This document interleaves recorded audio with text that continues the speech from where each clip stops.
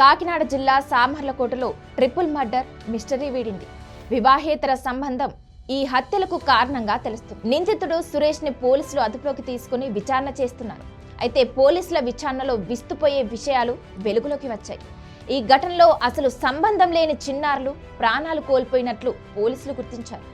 సామర్లకోట సీతారామ కాలనీలో తల్లి మాధురి, కూతుర్లు పుష్పకుమారి, జెస్సీలను అతి కిరాతకంగా హత్య చేశారు. ఇంట్లో భర్త లేని సమయంలో ఈ దారుణం జరిగింది.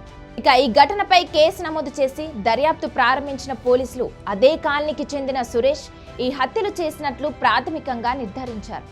అయితే గత కొన్నేళ్లుగా మృతురాలు మాధురితో సురేష్ అనే వ్యక్తికి వివాహేతర సంబంధం ఉంది. మొదట్లో ఈ వ్యవహారం భర్తకు తెలియకుండా నడిచింది. ఆ తర్వాత ఇరుగు పొరుగు మాటలతో భర్తకు కూడా తెలిసింది. అయినప్పటికీ వాళ్ళ వ్యవహారం మాత్రం గుట్టుగా నడిపిస్తున్నారు. ఈ మధ్య ఇద్దరి మధ్య మనస్పర్ధాలు వచ్చాయి. ఇదే విషయంలో ఇద్దరి మధ్య ఘర్షణ కూడా జరిగినట్లు పోలీసుల విచారణలో తేలింది.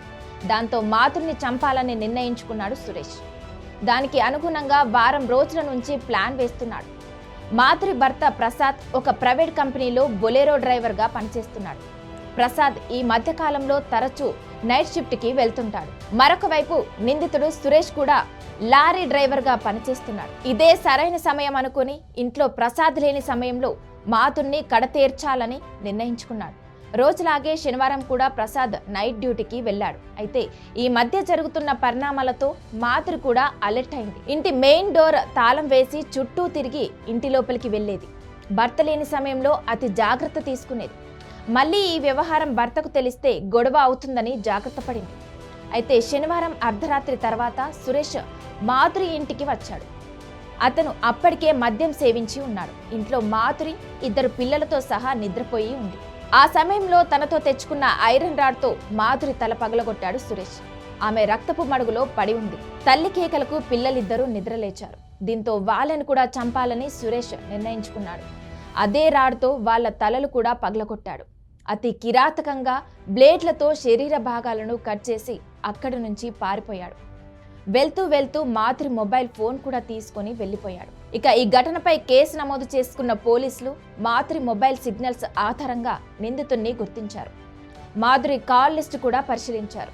సురేష్ ని పాలకొల్లులో అదుపులోకి తీసుకున్నట్లు తెలుస్తుంది.